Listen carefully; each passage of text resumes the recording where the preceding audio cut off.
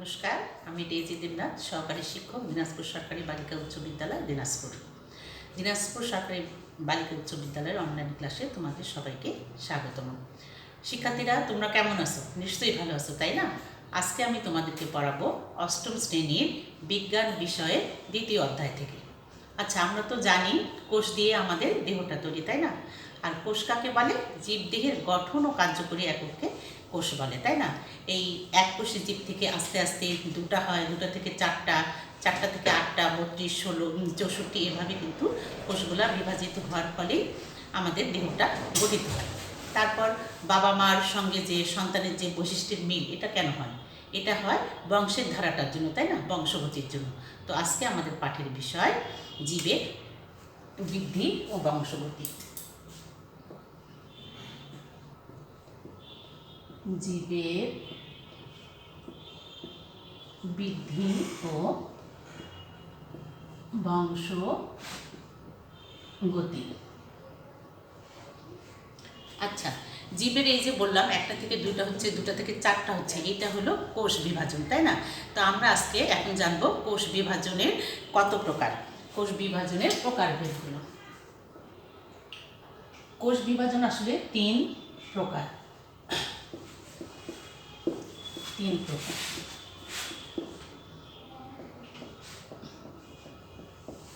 কোষ বিভাজন একটা হলো অ্যামাইটোসিস।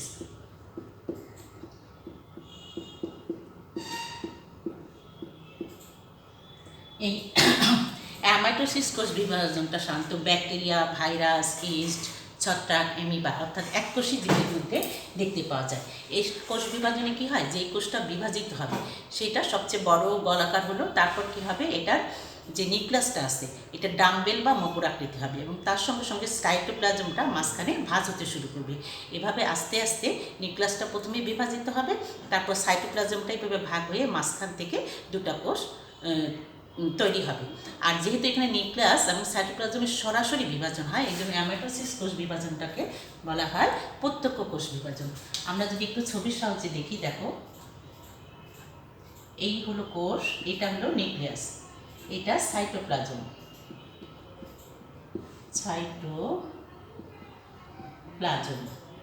আর এটা হলো নিউক্লিয়াস।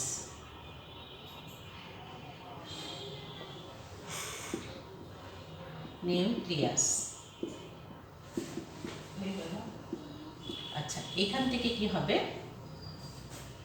সাইটোপ্লাজমটা বললাম যে একটু ভাঁজ হতে শুরু করবে, আর এই যে আমাদের নিউক্লিয়াসটা এটা হবে ডাম্বেল আকৃতির বা মুগুর আকৃতির।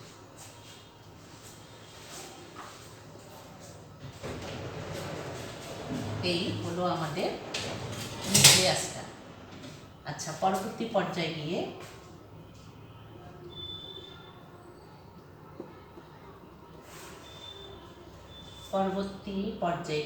এটা আরো বেশি ভাঁজ হয়ে যাবে সাইটোপ্লাজমটা, এবং নিউক্লিয়াসটাও এই জায়গাটা আরো চিকন হয়ে যাবে।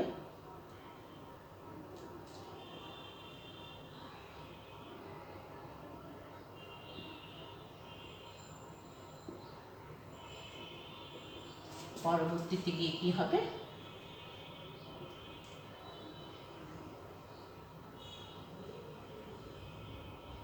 এখানে নিউক্লিয়াসটা চলে যাবে।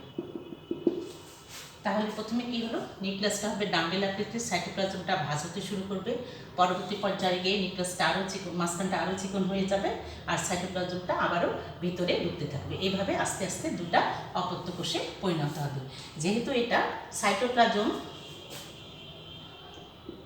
আর নিউক্লিয়াসটা সরাসরি বিভাজিত হচ্ছে, এই জন্য এটার নাম হলো প্রত্যক্ষ কোষ বিভাজন।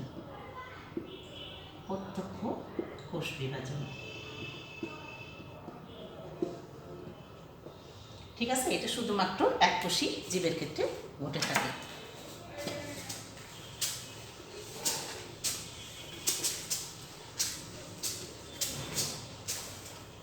এরপরে আসতেছে আমাদের অ্যামাইটোসিসের পরে মাইটোসিস।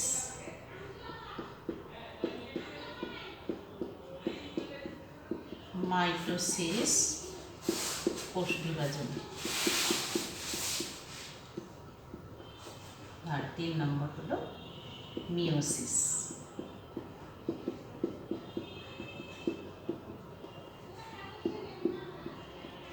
কোষ বিভাজন। তো আমরা তো অ্যামিটোসিস সম্পর্কে জানলাম। মিওসিস কোষ বিভাজনটা এটা সাধারণত দেহকোষে হয়, ঠিক আছে। এই কোষ বিভাজনটাতে একটা কোষ থেকে দুইটা কোষ তৈরি হয়, নিউক্লিয়াসটা একবার বিভাজিত হয়, ক্রোমোজোম একবার বিভাজিত হয়ে মাতৃকোষের ক্রোমোজোম সংখ্যা এবং অপত্য কোষের ক্রোমোজোম সংখ্যা সমান থাকে। এই জন্য মাইটোসিস কোষ বিভাজনটাকে বলা হয় সমকোণিক বিভাজন বা ইকুয়াল সেল ডিভিশন। অর্থাৎ মায়ের কোষে যে পরিমাণ ক্রোমোজোম থাকবে, অপত্য কোষেও সেই পরিমাণ ক্রোমোজোম থাকবে। এটা গেল মাইটোসিস। আর মিওসিসে হবে কি, এই ক্রোমোজোমে নিউক্লিয়াসটা 2 বার আর ক্রোমোজোমটার বিভাজন হবে 1 বার। এখানে কোষ হবে 2টা, মাইটোসিসের ক্ষেত্রে 2টি, আর এখানে কিন্তু হবে 4টি। এবং অপত্য কোষের ক্রোমোজোম সংখ্যা মাতৃকোষের ক্রোমোজোমের অর্ধেক হয়ে যাবে। এই জন্য মিওসিস কোষ বিভাজনটাকে বলা হয় হ্রাসকরণ বিভাজন। অর্থাৎ এখানে কোষ বিভাজনটা ফলে কি হবে, 4টা যে কোষ উৎপন্ন হবে সেটা ক্রোমোজোম সংখ্যা মাতৃকোষের অর্ধেক হয়ে যাবে। এটা হলো মাইটোসিস কোষ বিভাজন। আচ্ছা, এখন আমরা এটা সংখ্যাগুলো শুধু জানলাম, অ্যামিটোসিস সম্পর্কে জানলাম, আর এখন আমরা জানবো মাইটোসিস কোষ বিভাজনটা সম্পর্কে কিভাবে হয়। আর মিওসিসের শুধু এতটুকুই। আচ্ছা, তাহলে আজকে আমরা এর সঙ্গে সঙ্গে জানবো মাইটোসিস।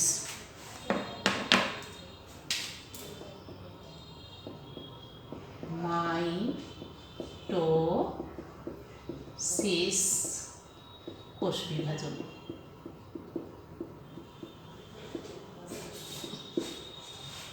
আচ্ছা, এর বৈশিষ্ট্যগুলো সম্পর্কে আমরা প্রথমে জেনে নিই। এর বৈশিষ্ট্যগুলো কি হবে, কোষ বিভাজন, এটা হলো দেহকোষের কোষ বিভাজন, ঠিক আছে। আর এখানে নিউক্লিয়াসটা একবার মাত্র বিভাজিত হয়, ক্রোমোজোম সংখ্যা মাতৃকোষের সমান থাকে, এই জন্য বললাম যে এটাকে সমকোণিক বিভাজনও বলা হয়। আর এই বিভাজনের সঙ্গে অপত্য কোষ এবং মাতৃকোষের ক্রোমোজোম সংখ্যা সমান থাকে। আর এর ফলে মাইটোসিস কোষ বিভাজনের ফলে 2টি কোষ উৎপন্ন হয়। আর নতুন কোষে ক্রোমোজোম সংখ্যা মাতৃকোষে ক্রোমোজোম সংখ্যা বলতে সমান হয়ে থাকে। আচ্ছা, এখন দেখব মাইটোসিস কোষ বিভাজনটা কোথায় হয়। এটা সাধারণত বললাম যেহেতু দেহকোষে হয়, উদ্ভিদ হোক বা প্রাণী হোক, এটা হলো উদ্ভিদ কোষের মূলের কাণ্ড, মূলের শীর্ষ, কাণ্ডের শীর্ষ, ভ্রূণমূল, ভ্রূণমুকুল, পাতার অগ্রভাগ, এইসব ক্ষেত্রে হয়, ঠিক আছে। আর প্রাণীর ক্ষেত্রে ভ্রূণের যে পরিবর্তন হচ্ছে, জাইগোট থেকে যে ভ্রূণ গঠন হচ্ছে, এক কোষ থেকে 2টা, 2টা থেকে 4টা, এইসব জায়গায় কিন্তু এই কোষ বিভাজনটা দেখা যায়। অর্থাৎ ভ্রূণের পরিবর্তন নিম্ন শ্রেণীর প্রাণী আর নিম্ন শ্রেণীর উদ্ভিদের ক্ষেত্রে, অযৌন যৌনের ক্ষেত্রে যখন বংশবৃদ্ধি ঘটে, সেক্ষেত্রে কিন্তু এই মাইটোসিসটা হয়। আর কোন কোষে মাইটোসিস কোষ বিভাজন হয় না, কোন কোষে হয় না, এটা সাধারণত হয় না। বললাম আমাদের যে স্নায়ু কোষ আছে, প্রাণীতে যে স্নায়ু কোষ আছে, সেই স্নায়ু কোষে কিন্তু এই মাইটোসিস কোষ বিভাজনটা হয় না। আবার পরিণত স্নায়ু কোষে হয় না। আবার স্তন্যপায়ী প্রাণীর যে লোহিত রক্তকণিকা এবং অনুচক্রিকা আছে, সেক্ষেত্রেও কিন্তু এই কোষ বিভাজনটা হয় না।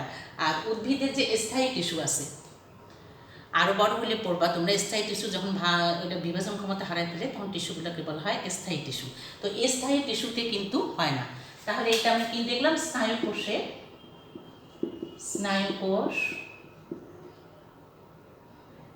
কোষে হয় না। তারপর লোহিত রক্তকণিকা, স্তন্যপায়ী প্রাণীর লোহিত রক্ত কণিকা, অনুচক্রিকা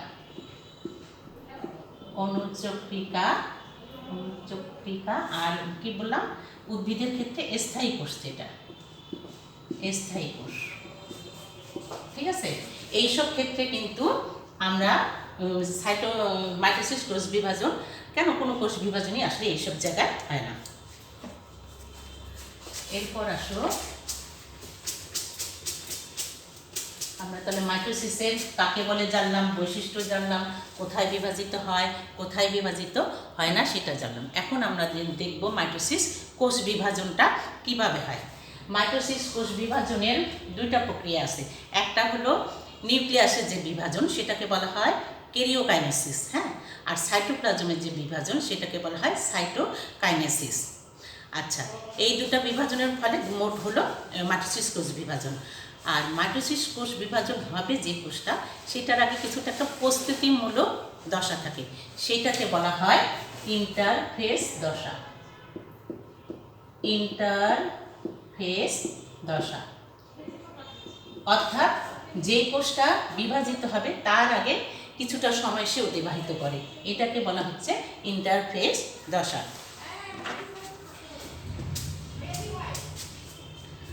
আচ্ছা, এখন আমরা বললাম তো কেরিওকাইনেসিস আর সাইটোকাইনেসিস। কেরিওকাইনেসিস হলো নিউক্লিয়াসের বিভাজনটা, না, এটাকে মোটামুটি 5টা ভাগে ভাগ করা যায়। প্রথম ভাগটা হলো প্রোফেজ। প্রথম ভাগটা হলো প্রোফেজ। আচ্ছা, প্রোফেজ এটা সবচেয়ে দীর্ঘস্থায়ী এবং জটিল প্রক্রিয়া। এই প্রক্রিয়ায় কি হবে, দেখো আমি উদ্ভিদ কোষ একটা আঁকি।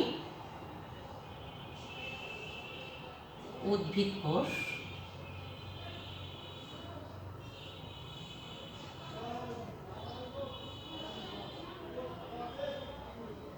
উদ্ভিদ কোষ, এখানে থাকবে নিউক্লিয়াস, নিউক্লিয়াসের ভিতরে নিউক্লিওলাস। এখানে প্রথমে কি হবে, নিউক্লিয়াসটা গোলাকার হবে। গোলাকার হওয়ার ফলে এখান থেকে কিন্তু পানি বিয়োজন ঘটবে। পানি বিয়োজন ঘটলে কি হবে, নিউক্লিয়ার যে জালিকাটা আছে সেটা ভেঙে যাবে। ভেঙে যাওয়ার ফলে কি হবে, ক্রোমোজোমগুলা আমরা দেখতে পাবো। ঠিক আছে, এভাবে ক্রোমোজোমগুলা দেখতে পাবো। তাহলে এটা হলো নিউক্লিয় আবরণী, নিউক্লিয় আবরণী এটা বা মেমব্রেন, এটা হলো নিউক্লিওলাস। নিউক্লিওলাস তাহলে কি হলো, সবচেয়ে বড় হলো নিউক্লিয়াসটা, পানি বিয়োজন হলো, ক্রোমাটিন জালিকা ভেঙে গেল, ভেঙে গিয়ে নিউক্লিয়াসগুলা স্পষ্ট হলো, তাই না? এটা হবে প্রথমে। শেষের দিকে গিয়ে কি হবে, এই ক্রোমোজোমগুলা সেন্ট্রোমিয়ার সঙ্গে যুক্ত হবে।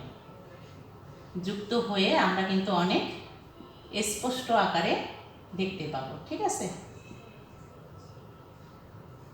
অর্থাৎ প্রোফেজটা শেষের পরে এই অংশটা দেখতে পাবো। এটা তো উদ্ভিদ কোষের ক্ষেত্রে।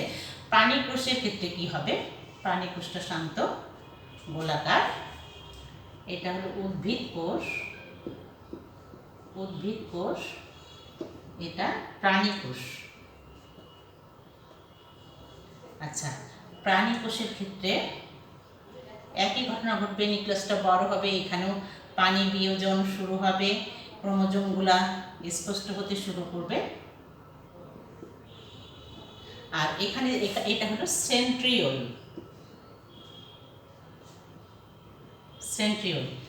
সেন্ট্রোজোম বা সেন্ট্রিওল, এটাও কিন্তু ভাগ হতে শুরু হবে। এরপরে এটাও আমরা যদি দেখি, এটা প্রথম দশা, প্রোফেজের শেষ হতে হতে কেমন হবে দেখে নাও একটু।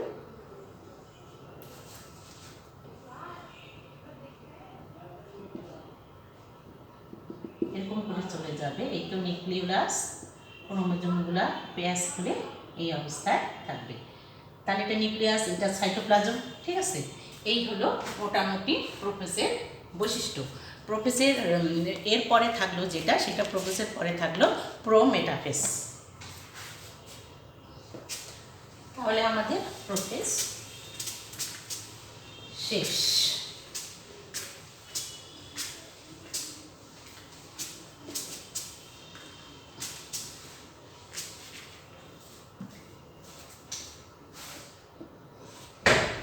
প্রোমেটাফেজ। Face, prometaphase. এটা হলো একটা আমাদের স্বল্পস্থায়ী প্রক্রিয়া, ঠিক আছে। প্রথমে আমরা উদ্ভিদ কোষের ক্ষেত্রে দেখি। এখানে যেহেতু এটা স্বল্পস্থায়ী প্রক্রিয়া, এখানে কি হবে, আমরা যে নিউক্লিওলাস আর নিউক্লিয় আবরণী দেখছিলাম, এটা কিন্তু বিলুপ্ত হতে শুরু করবে। এটা বিলুপ্ত হতে শুরু করবে, আর এরকম করে দুই পাশে দুটা মেরু কোষের দুইটা মেরু সৃষ্টি হবে, ঠিক আছে। আর তার সঙ্গে মাকুযন্ত্রেরও আবির্ভাব ঘটবে। ঘটার পরে কি হবে, এখানে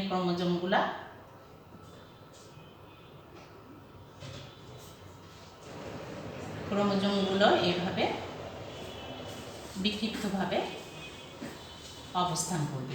করার পরে এটা এই আকর্ষণ তন্তু বা এটা গায়ে সেন্ট্রোমিয়ারের মাঝখান দিয়ে চলে যাবে। এটা উদ্ভিদ কোষ। আর প্রাণী কোষের ক্ষেত্রে কি হবে দেখো, এটা হলো প্রাণী কোষ। আচ্ছা, সেন্ট্রিওলগুলো দুই প্রান্তে চলে যাবে, স্টার্টে এখান থেকে এরা করবে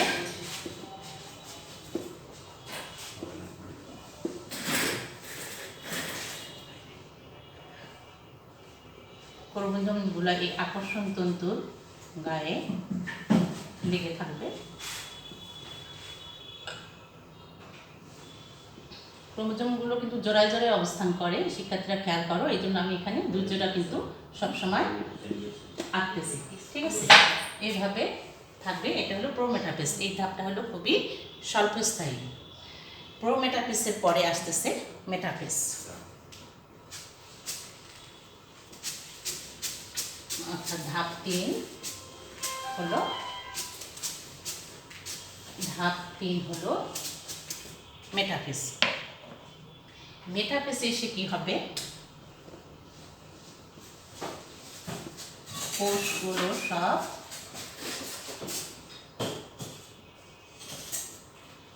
ক্রোমোজোমগুলো সবগুলো কি হবে, কোষটার যে নিরক্ষীয় অঞ্চল, এই নিরক্ষীয় অঞ্চলে অবস্থান করবে।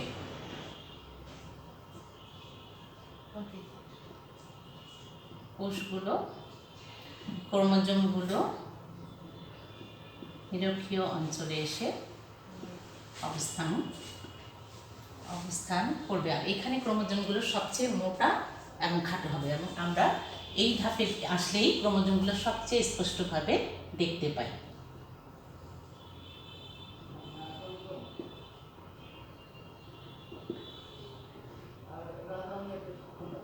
প্রাণী কোষের ক্ষেত্রেও তাই। এগুলা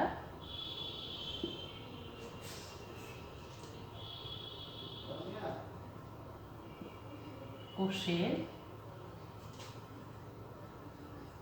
বিষুবীয় বা নিরক্ষীয় অঞ্চলে এসে অবস্থান করবে। এটা হলো উদ্ভিদ কোষ, এটা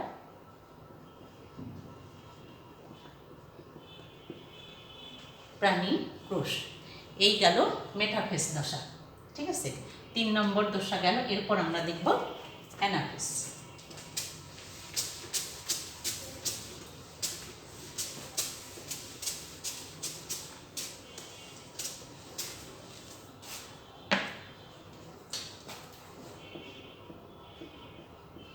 অ্যানাফেজ। আচ্ছা, এখানে কি হবে, ওই যে বলছিলাম মেটাফেজের ক্ষেত্রে সেন্ট্রোমিয়ার আবার দিল, মেটাফেজ দশা যখন শেষ হবে তখনই কিন্তু এই ক্রোমোজোম, তো দেখো একটু ভালো করে খেয়াল করে, এই হলো বাহুগুলা। আর এখানে ছিল আমাদেরকে আকর্ষণ তন্তু। তো কি হবে, কি ক্রোমোজোমটা এইভাবে ভাগ হয়ে যাবে। ভাগ হয়ে গেলে এগুলা কিন্তু দুটা বিন্দু ছিল না এখানে, আকর্ষণ তন্ত্র বিদ্যুৎ এইটা উপরের দিকে টানবে, এটা নিচের দিকে টানবে। তাহলে কি হবে? এটা যখন গোটায় নেবে, এটা আস্তে আস্তে উপরের দিকে যাবে, এটা আস্তে আস্তে নিচের দিকে যাবে। তাহলে এই ধাপে এসে আমরা দেখব এটা ভাগ হয়ে গিয়ে এভাবে চলে যাবে। এই ক্ষেত্রে হবে কি, সেন্ট্রোমিয়ারগুলা অগ্রগামী আর বাহুগুলা হবে অনুগামী, অর্থাৎ বাহুগুলা তার পিছনে আসবে। তাহলে আমরা কি দেখলাম? একটা ক্রোমোজোম সেন্টিমিটার বরাবর ভাগ হয়ে গেল, বাহুগুলো অর্ধেক করে নিয়ে যেতে শুরু করলো।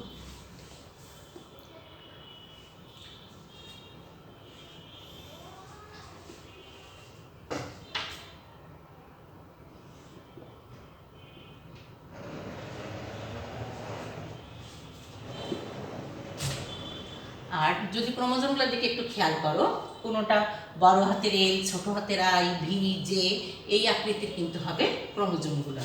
আমরা যদি এখন এটা তো দেখলাম আমরা উদ্ভিদ কোষ, বুঝতেই পারতেছো চারকোনা। এখন দেখি আমরা প্রাণী কোষের ক্ষেত্রে কি হবে।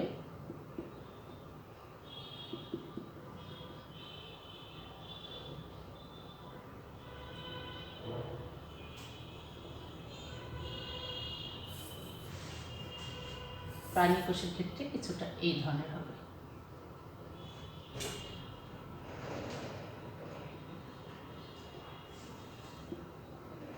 দেখো বাহুটা পশ্চাৎগামী আর সেন্ট্রোমিয়ারটা অগ্রগামী।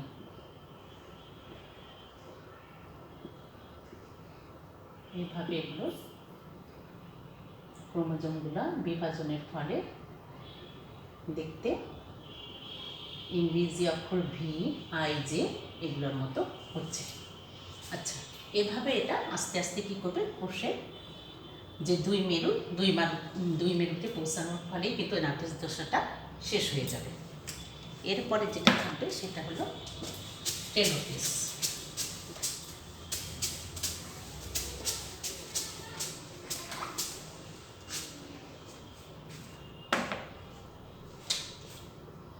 আমরা পঞ্চম দশা দেখব, টেলোফেজ। এটা বলতে পারো কি একদম প্রোফেসের মতো, তাই না? এখানে আবার নিউক্লিয় আবরণী, নিউক্লিওলাস এগুলার কোনো আবির্ভাব ঘটবে, আর ক্রোমোজোমগুলো কিন্তু আবার প্যাচ খুলতে শুরু করবে।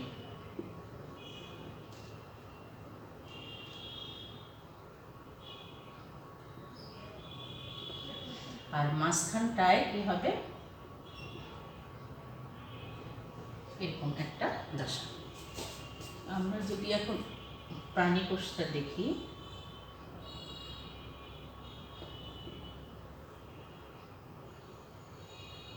এখানেও একই রকম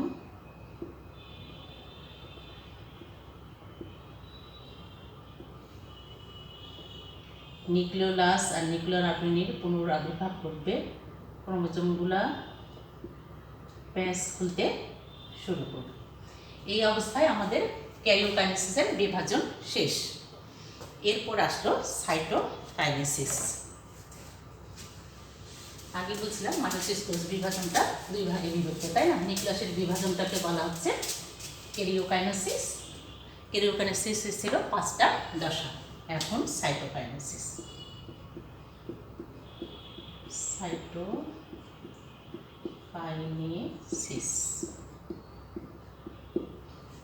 আচ্ছা, এখানে তাহলে কি হবে?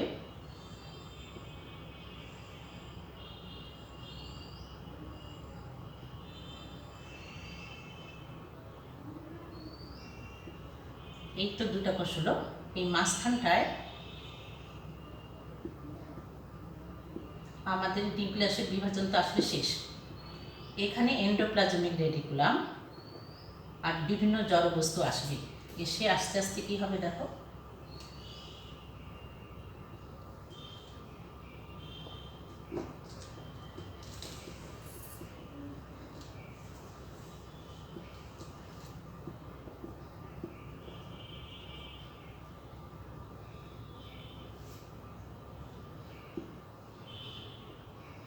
এখানে এগুলো আসতেছে, আস্তে আস্তে আস্তে আস্তে এটা কিন্তু মোটা হয়ে গেল, ঠিক আছে। আর এখানে পানি আরও ঢুকলো, ক্রোমোজোমগুলো প্যাচ করলো, তারপরে এরকম করে 2 ভাগে ভাগ হয়ে গেল। তাহলে কি হলো, আমাদের মাইটোসিস কোষ বিভাজনের উদ্ভিদ কোষের ক্ষেত্রে দেখলাম কেরিওকাইনেসিস এবং সাইটোকাইনেসিস। এখন প্রাণী কোষের ক্ষেত্রে দেখি কি ঘটবে।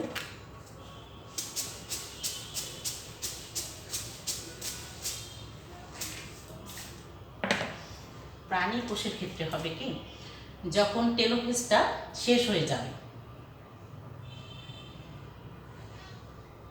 টেলোফেজ দশাটা যখন শেষ হয়ে যাবে, ঠিক এখানে যখন নিউক্লিয়ার আবরণী নিউক্লিয়াসের পুনরাবির্ভাব ঘটবে, ঠিক একই সঙ্গে কিন্তু এটা এভাবে ভাগ হতে শুরু করবে। আচ্ছা, প্রথমে এতটুকু প্রথম দশায়, দ্বিতীয়বারে আর একটু বেশি, আর এখানে কিন্তু নিউক্লিওলাস ক্রোমোজোমগুলো এভাবে কিন্তু থাকবে। আস্তে আস্তে কি হবে, এটা পুরোটা, এটাকে বলা হয় ক্লিভেজ বা ফরওয়ার্ডিং। এর ফলে একটা অপত্য কোষ থেকে 2টা অপত্য কোষের সৃষ্টি হবে, ঠিক আছে। তো শিক্ষার্থীরা, আজকে আমরা দেখলাম তাহলে কোষ বিভাজন, অ্যামাইটোসিস, মাইটোসিস, মিওসিস কাকে বলে, আর তার সঙ্গে আমরা মাইটোসিস কোষ বিভাজনগুলা বিভিন্ন ধাপ দেখলাম। মাইটোসিস কোষ বিভাজন 2 ভাগে ভাগ করা আমরা দেখছিলাম না। কোষ বিভাজনের আগে যে রেস্টিং অবস্থা সেটাকে বলছিলাম আমরা ইন্টারফেস। ইন্টারফেসের পরে দেখলাম 5টা দশা serially, prophase, prometaphase, metaphase, anaphase, telophase. তারপর দেখলাম কি সাইটোকাইনেসিসের ক্ষেত্রে যে কীভাবে কোষ প্রাচীর বা সাইটোপ্লাজমটা ভাগ হয়ে যাচ্ছে। তো শিক্ষার্থীরা, আজকে এই পর্যন্তই। তোমরা ভালো থেকো, ধন্যবাদ।